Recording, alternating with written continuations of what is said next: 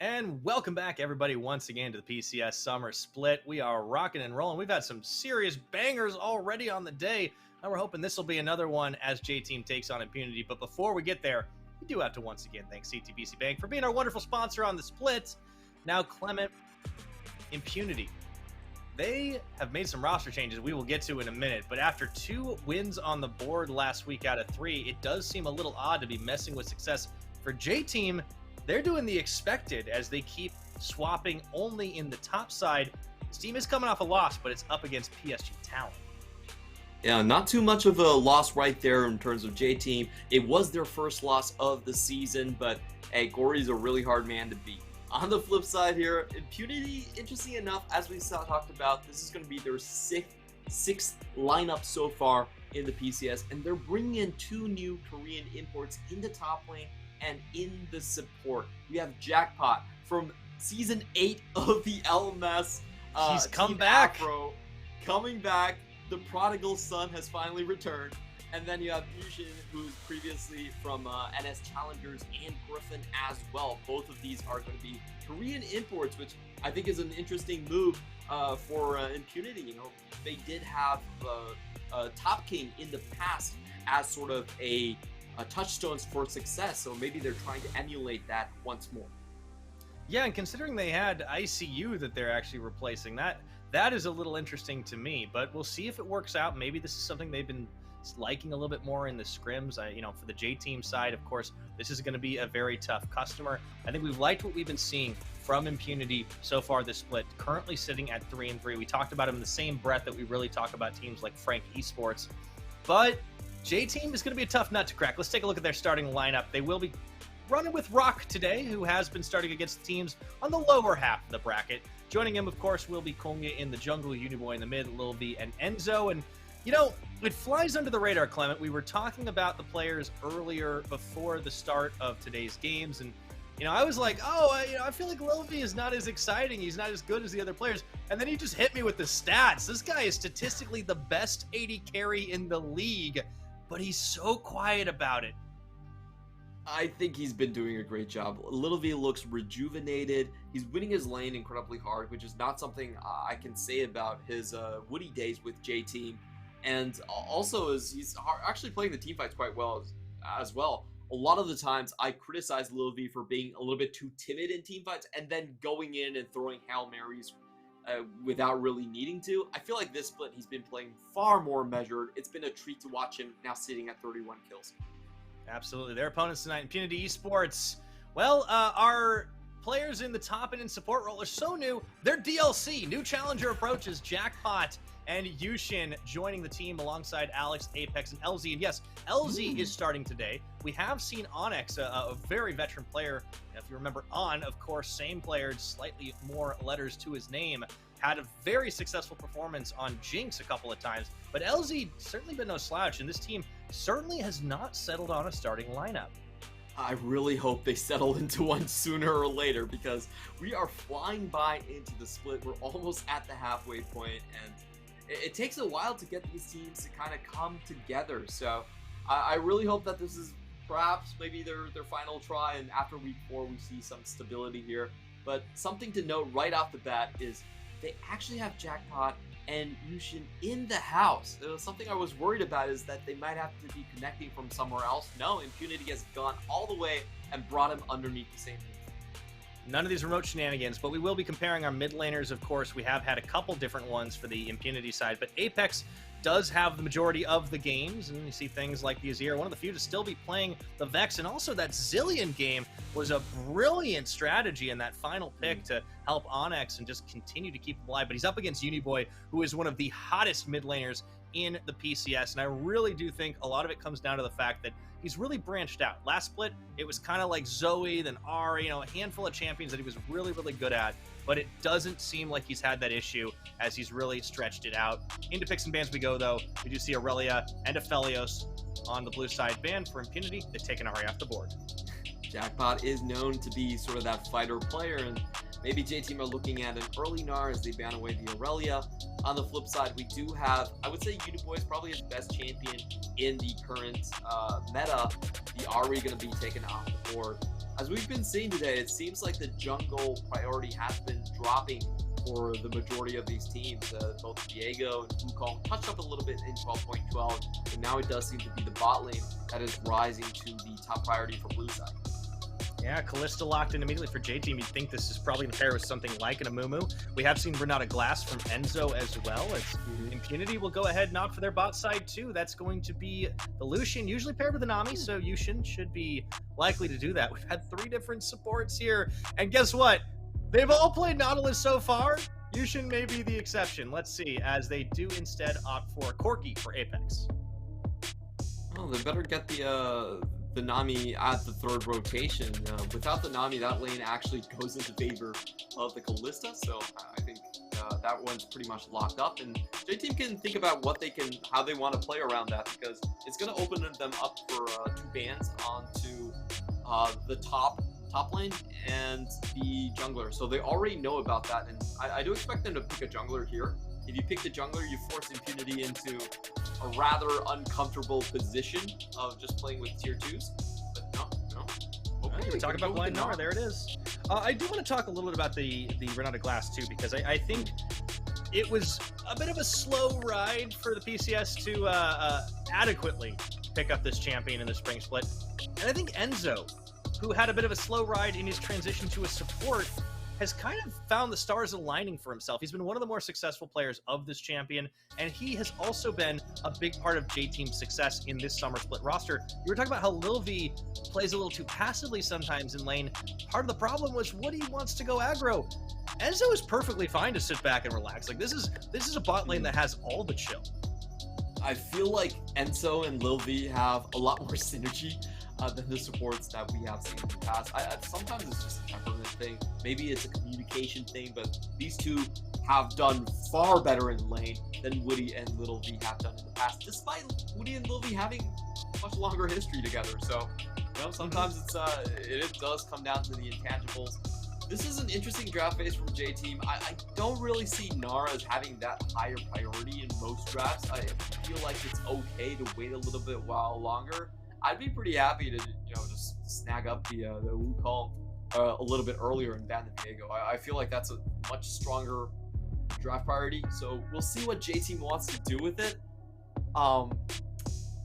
Banning away the Sejuani doesn't feel all that good for me, because you're just kind of taking away matchups where they're sort of neutralizing either way. You're not getting a strong win for yourself, and they even have to ban the Wukong themselves. I'm not really sure what is so valuable with this Gnar for them to kind of switch up their draft like this. I am really curious too. I mean, neither Driver nor Rock have actually played the Gnar thus far this split, but they opt for it pretty heavily. Is it just me, Clemmer, or does it feel like the PCS kind of rates Gnar really, really highly compared to other regions? I think we overrate Gnar for sure. Yeah. I feel like there are. This is the Hanabi effect. Everyone watches Hanabi and they're like, "Ooh, I can do that too." No, you can't. You're not Hanabi. Oh, so we do have a strong dueling jungler coming out on the side of Impunity. They can go with a sort of poke option here. I do expect them to just go with a standard top laner, probably just something of to the effect of a tank. I think would fit your composition really well. While Impunity, while J-Team on the other end, it does seem like they're going to go with something that has a little bit more early game oomph. They have a very strong bottom lane combination. If you just target on the Navi and you strike first, you're pretty much just going to kill the support, and they're going to throw in the Talia here. Could be a flex here as well. We're not 100% sure. It's possible. I think Kongye could do it. But I do think I like this as well. This is just so much CC and displacement if they get the lock in the Poppy for Kongye. So it will be all on Rock to do a lot of the damage, but if they can isolate targets, single target, I mean, Kalista Ren stacks, they do start to hurt. Yeah, J-Team going with a super strong skirmishing comp. This is pretty much a 4-man composition into the bot side. You have a tank in the jungler to front line, and it's super hard to get away from this. You drop the steadfast presence down. It pretty much means Talia is going to find that seismic shove combo. So a lot of kill threat, a lot of engage potential coming in from the JT 4-man. We should be expecting a lot of skirmishes to be happening there. Oh yeah, very excited to see, and also I'm curious how well this Gnar will do that has such high priority put on it, but it is into Jackpot playing on the Gwen. It's a matchup we've seen many times before. I agree with you. I would have liked something a little bit more tanky. I think the Ornn would have worked out really well for this team if they wanted to try and interrupt a little bit of what J-Team are trying to do. But no, they go for the Gwen. They add a little extra magic damage in, some razzle dazzle. It's not quite as tanky, but at a distance, Gwen is hard to hit. Gwen doesn't really have the easiest time in lane against the Gnar. It's kind of a counter pick against yourself in that respects, but what she does provide is flanking potential in the late game. You can catch up to targets quite easily, and if you look at this composition from J-Team, it's actually quite squishy when it comes to the late game. So the name of the game is who strikes first. If I look at it, if J-Team gets ahead in the 4-man skirmish, I feel like if they get the first crowd control down, they should be winning it hands down quite easily. And on the other side, if you look at the composition from Impunity, what they want to do is they want to keep their distance, they want to poke away, and in the late game, they want that Gwen flank to come in and just finish off all the soft targets here from J-Team. Yeah, I think this is going to depend pretty heavily on how well the mid and bottom side do, and they have been shuffling things around. At least Apex has had some experience on the Rift. We'll see if LZ and now Yushin can hold up to Lil V and Enzo. They have typically played a fairly chill bot side, but gotta be careful how much you want to push into somebody like a Renata Kalista. J-Team only lost one game this split, and it was to PSG, and they are stacking pretty heavily down bot side, but spotting the ward, that's how you stop the early game cheese. All right, does get it right off the bat here. Taking a look at the summoners going down, we do have the first strike coming in from Porky, pretty usual stuff. And yeah, I think all across the board, the only thing to mention right here is going to be Kongyue with the phase rush. Trying to run fast here, get in position for those stuns. This is so Kongyue. Like it's just like, guys, I want to be able to make the play. I want to get the kills. I love it. I think it's an adaptation to the nerf from Predator. We have seen some Predators come out from the Poppy. Now that is much weaker in the early game. I think Phase Rush will give you a better chance to stick to your target and hopefully reposition for that knock into the wall. Oh yeah. All right. Lil V and Enzo kind of guarding the gates there as we get underway. So the shenanigans kind of averted pretty early on.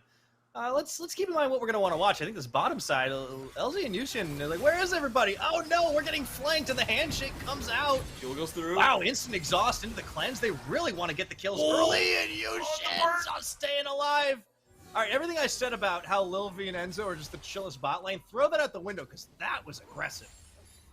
Not chill it out. Enzo just walks his way across the minion wave. Impunity, we're thinking, hey, we have the minions here. We can keep it safe. And that was my initial kind of suspicions about this composition, because the Lucian Nami is not really a winning lane earlier on. You can see Renata just running at you. And, that is going to be a Nami with no flash earlier on. They can never get across the river in this matchup now, where Poppy's just going to come down and sort of clap that Nami into sashimi. Oh, boy. Well, yeah, I think we always have to watch a game when Kongyue is playing, keep an eye on the jungle. I think Alex, we've talked at length, about Trundle. You're going to try to match a little bit of pressure. You can steal stats once you hit level 6, obviously, but good dueling jungler? The pillar does come down as a potential to try and set up a gank, but, I feel like it's a little risky against a Kalista who can hop, skip, and jump away. I think Uniboy is going to be playing back. Like, where do you gank if you're Alex? That's the question I want to ask. Yeah, I don't think Alex is going to be doing much ganking here. This Trundle pick, I feel like it's quite good against single tank compositions that J-Team is running. It's a good duelist.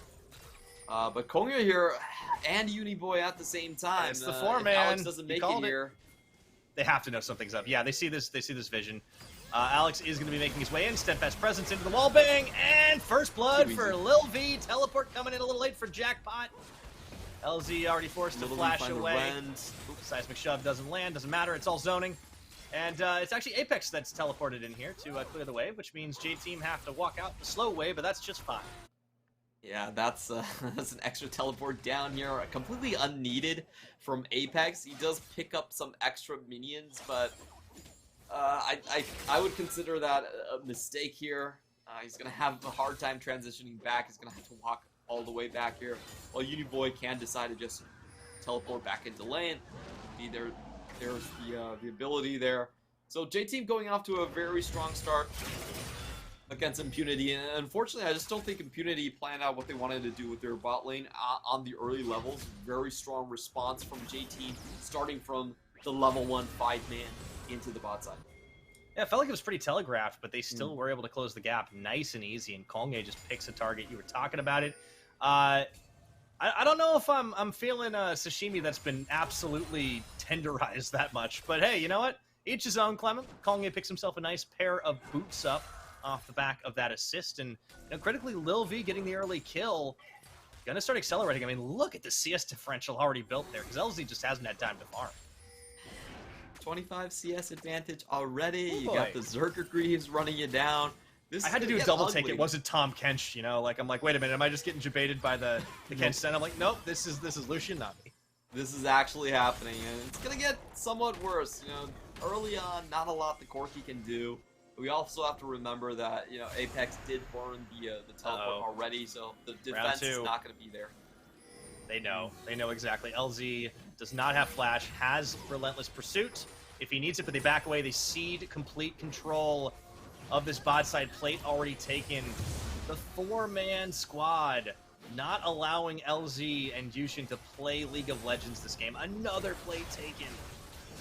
Oh boy, look at that burst! My goodness! Konge's back again. He never left. Well, let's see if Alex can do something about it, but looks like they're going to back off in the meantime. He's not going anywhere. Yeah, I feel like Konge's setting up a tent. I don't think they can do this. 3v3 under tower, it's going to be a little bit difficult. Oh, that's the knock. They don't actually get the wall, but it doesn't matter. Handshake snipe from Enzo. I got you. Welcome to the PCS, Yushin. Oh, boy. That was, LZ getting a little bit too close to the wall right there. I think that was somewhat avoidable. Pillars down. Uniboy's even getting involved. I mean, this is turning into, like, it. Oh, boy, flash miss. Okay, we've gone full ARAM. I just want to see the CS difference at this point. Yeah, we got to bring that back up in a minute. No, don't look at top. Doesn't matter. This is not important right now. There we go. Thank you, observers. Oh, wow. Whew. 47 CS difference. And growing. Let's see that replay again. Konge never left. Yep, LZ goes a little bit too close to the wall. Forgets about the flash right there. The heal doesn't even go. Isn't even enough to save LZ. I don't think that kill necessarily should have happened. I felt like if LZ positioned just a little bit better, they could have held on to that position, but isn't the case, and this lane's just gone. Like, J-Team can do whatever they want with the Kalista, and we have to remember Kalista is a champion that has initiation as well, so you can just throw the Poppy, throw the Steadfast Presence down, and that target's not getting away. You can't gap close away from it. You have to flash in order to escape. So J-Team, I feel like in the next 5 to 10 minutes, they're just going to have their way on the map. Nothing much that Impunity can do about it. No, it's just so unfortunate if you're Impunity, right? We were talking them up a little bit as the opportunity they could make the plays, but the bot lane, I think J-Team correctly identified, was a very exploitable, weak point. This is the first time they have duoed together LZ and Yushin. I think LZ, I don't think LZ has been bad, but Onyx has been, in the couple of games we've seen from him, more consistent. He's only played this hyper-carrying Jinx, but Impunity, this is one of the risks of swapping your team so much, is that you don't have time to build the synergy properly, and as a result, you get caught with your pants down, and it's happened multiple times here. What a huge CS discrepancy, continues to grow. I don't think we often see Flame Horizon's bot side. I think this game could be an exception. I feel like with this sort of CS difference, it's more common to see it with a Kalista top rather than a Kalista bottom lane. Where do you see Kalista top? Oh boy. It's been a while. And we also have to remember that Kalista, first item, typically does go for the Immortal Shield Bow, so she's going to be even harder to kill. Champions with first item, Mythic Sustain, it's really, you need burst damage to go through her, and I don't think Impunity in their 4-man squad in the bottom side have that sort of burst potential. they really don't have crowd control here. It's gonna have to be some miracle aqua bubble to kill Lil V. So yeah, I just see a massive amount of power here. All right, they do manage to find the upper prison. Face However, call, it's turn already around. 6. The face call. They do manage to throw the round of glass into the hostile takeover. They're just making them all do their work for him. This is 2v3. Make it 2. Make it 1. The double. Lil V having the time of his life for the triple kill down on the bottom side. Clement, this game has gone bananas.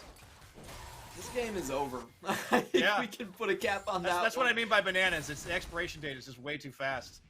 Kongay now into the mid lane. Here comes the knockback. The sit fast into the wall bang. Doesn't quite find it. Doesn't matter. Gatling gun out and get out of there, Apex. It's a great bit of anti-synergy between the mid and jungle, but it's okay. Kongru, It's fine. It doesn't matter. emotes first. Look at this. We'll watch this. First off, let's look at Alex. He actually gets a pretty good pillar down, but he really needs it on Little V rather than Enzo. Enzo gets away with the face call, close range, face forward, triple hostile takeover. Alex the first one to go down. Ren resets after that one, and Little V just goes crazy on the damage split. Well, to be honest, there was only one damage dealer there. Like, Trundle was the only one. Yeah, it's fine. at it. I love the handshake. The handshake positioning was just perfect to set up the Trundle for that hostile takeover. This is what I mean when I talk about how Enzo is, one of our more successful run on a glass. He understands this champion so well. And, a little history on Enzo, right? He was a jungler for a long time, I believe on Berjaya Dragons. Or was that... Yeah, okay, I'm trying to remember my history. But, he made the swap.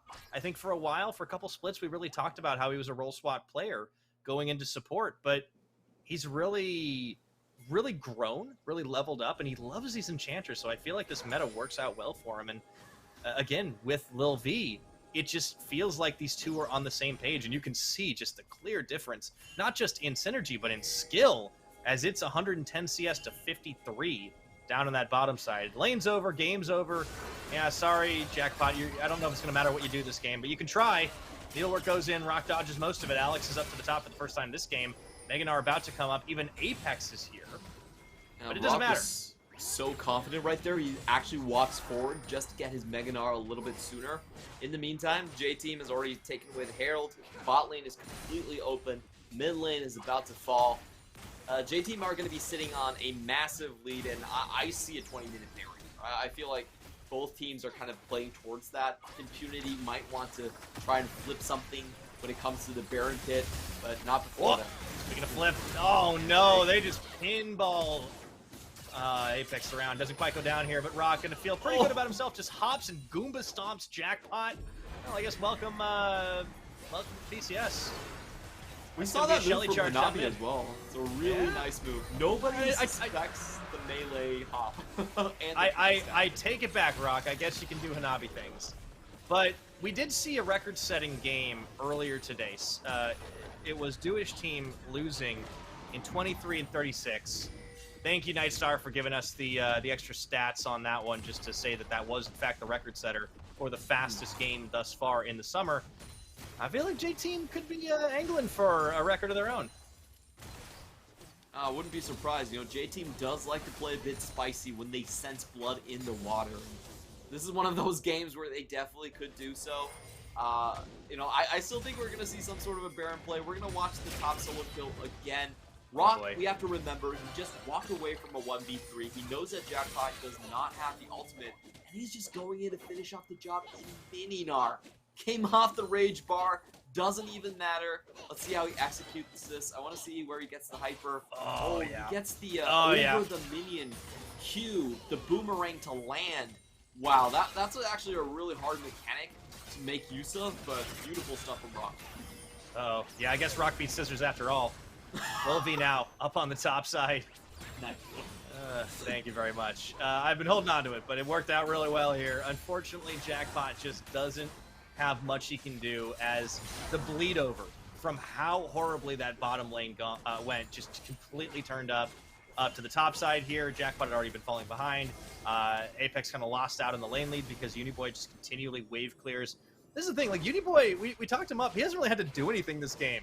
Like, sure, he's part of the dive down bottom side. He can get anywhere he needs to, but This is like the, you know, we're having like the Star Guardian Talia Sessions playlist on right now. You can just kind of chill with some Vaporwave as it's Impunity trying to make the plays in the mid, but they just don't have the damage there, even through the cleanse that Hostile Takeover doing some serious work.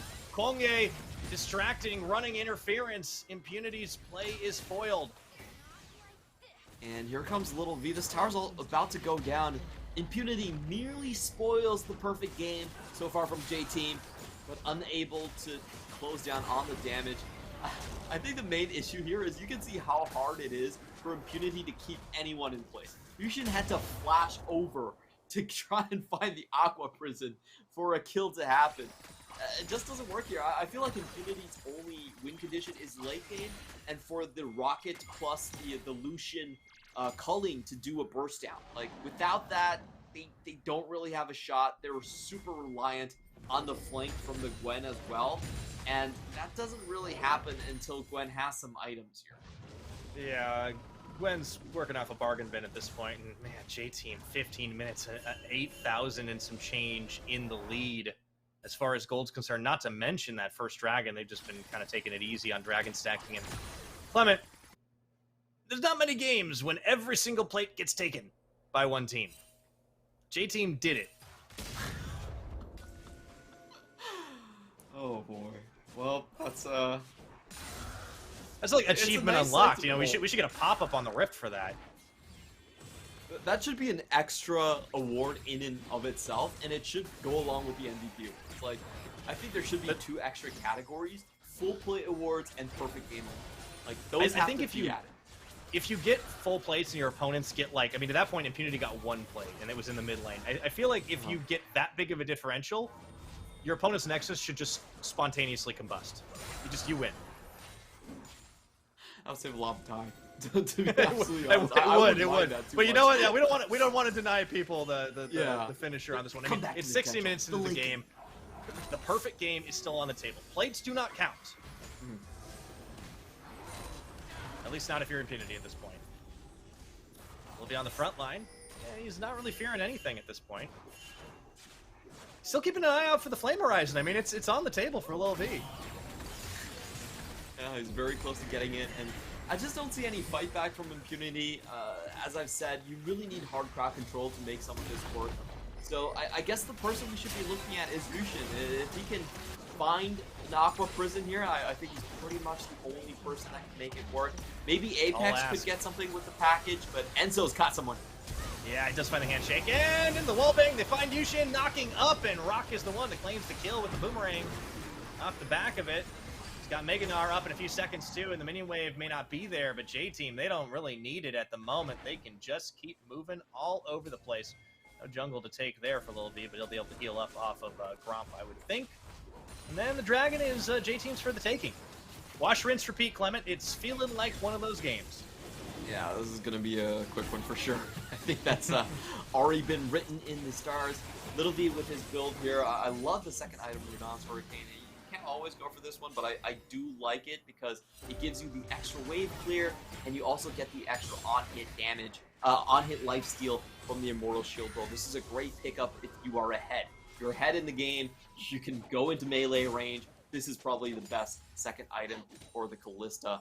So, you know, I think J-Team are really checking all the boxes, and the next couple of minutes for me is just about how creative J-Team can get. There are so many good combos with the Fate's Call. You can throw a Meganar in, you can throw Kongya in with the Steadfast Presence, and just make all your combos so much easier. So, I think this is J-Team's playground. You know, this is their chance to showcase to us the most beautiful team fight we have seen this one.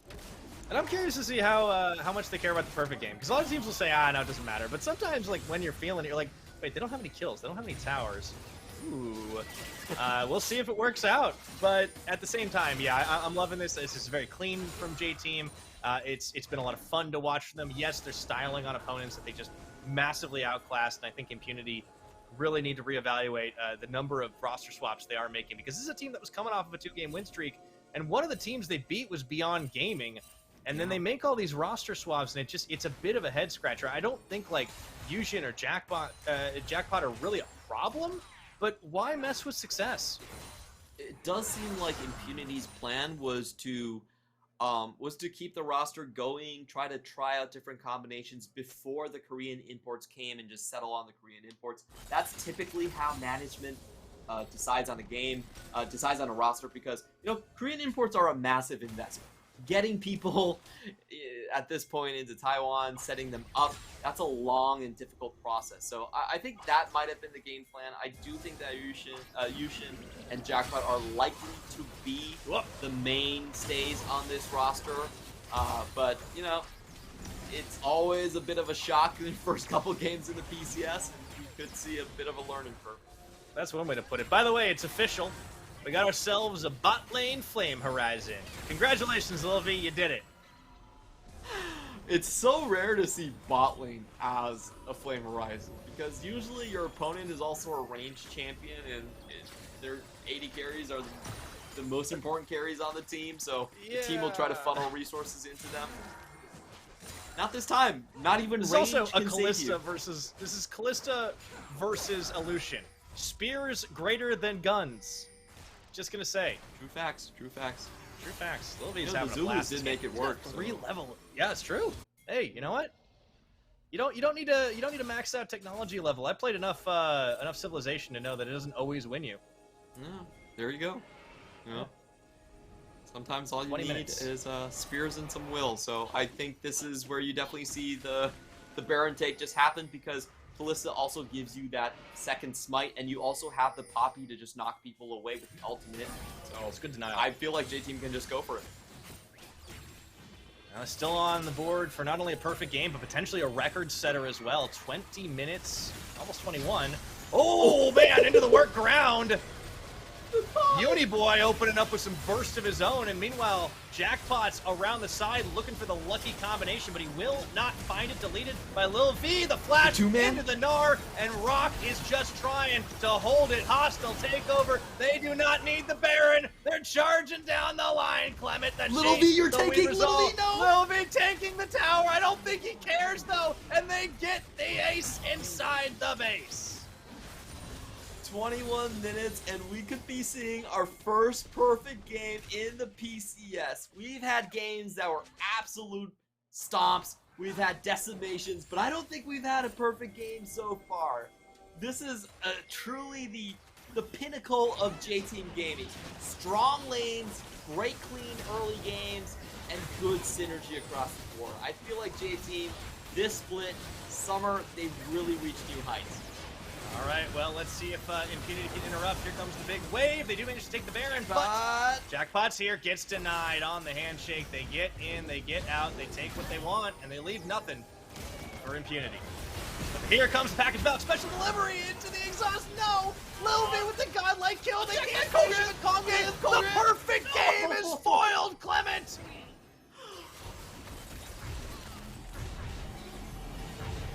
Oh, Impunity. Took it away. J-Team could have been legends, but got a little bit slowed down. We're going to watch it from the start here. The two-man decimation of the bot lane. So clean by Uniboy. Knows he has that vision advantage. I think Jackpot tries to force this one a little bit, but Rock has a great TP position. Cuts off the three-man on the right side. Forces out the flashes, and then gets stuns on every single one of them. This was a beautiful sequence to watch. Now, should J-Team have gone directly for the Baron? Should they have gone for the perfect game? I think that's up for debate, but to bring it back to this game, they're still very far ahead. Yes. In fact, they are approximately 15,000 gold ahead, plus a Baron buff and Soul Point. Whether or not Soul happens, it's another story. I don't think this is going to be the record setter, though, because J-Team have paced it a little bit. If they wanted to end for the record, they need to do it in 20 seconds. I kind of felt like J-Team were going to take this slow, so... Yeah. That's okay. No perfect game.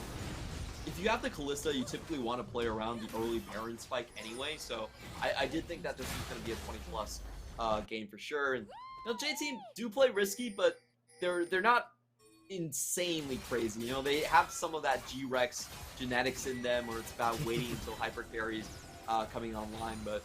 I do think this should be the final push. There's so much that Impunity need to be aware of. On two lanes. Going to be very difficult to try to use the base gates to their advantage, but that Hallowed Mist is going to run out, and here comes the Weaver's Wall. Wave dodged entirely, and oh, the wall bang does manage to find Apex, and he just gets deleted off the map. Blink of an eye. They throw in Enzo. Here comes the zoning.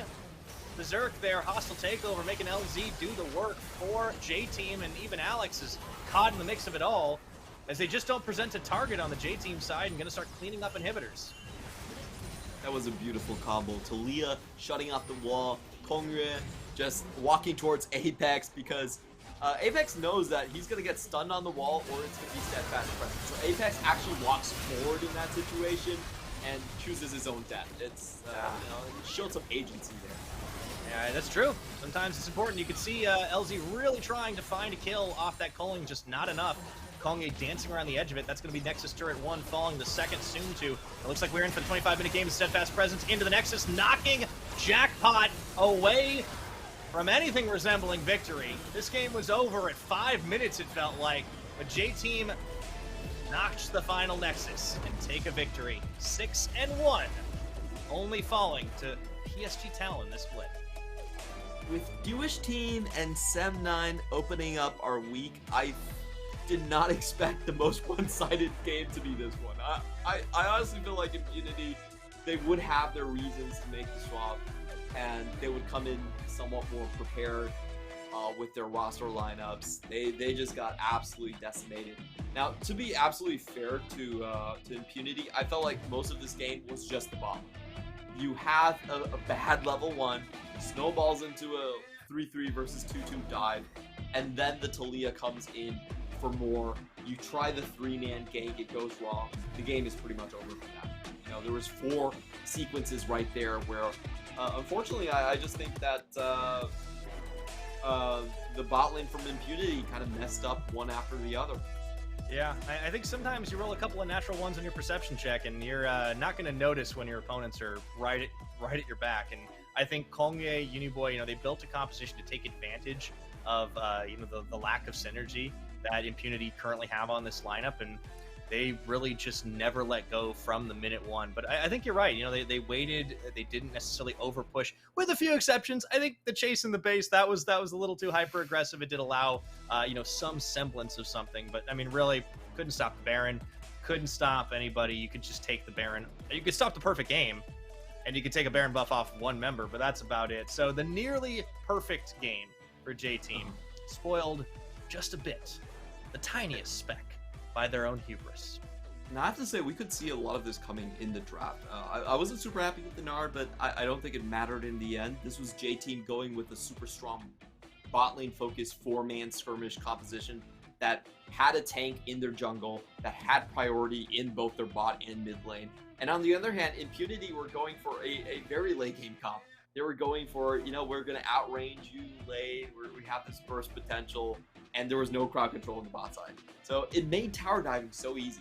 There was basically no threat of anyone just walking in, taking 1 or 2 tower shots. You know you're not going to get stuck underneath that tower because the enemy simply doesn't have tools to keep you there, and you can just walk out. So I think, unfortunately, Impunity kind of walked themselves into a hole, and then they messed up a couple of the executions. You could tell the early level 1, they should have backed out sooner. They should not have waited for Enzo to actually walk across the minion wave. You should back out immediately when you see that.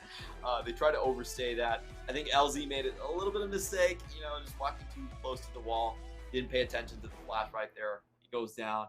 And then the 3v2 was just super forced at that point. So yeah, you could see where it started to go wrong very early on. I do think it was also a beautiful setup by Lil V and Enzo. Like, they just did not let their opponents breathe for a moment.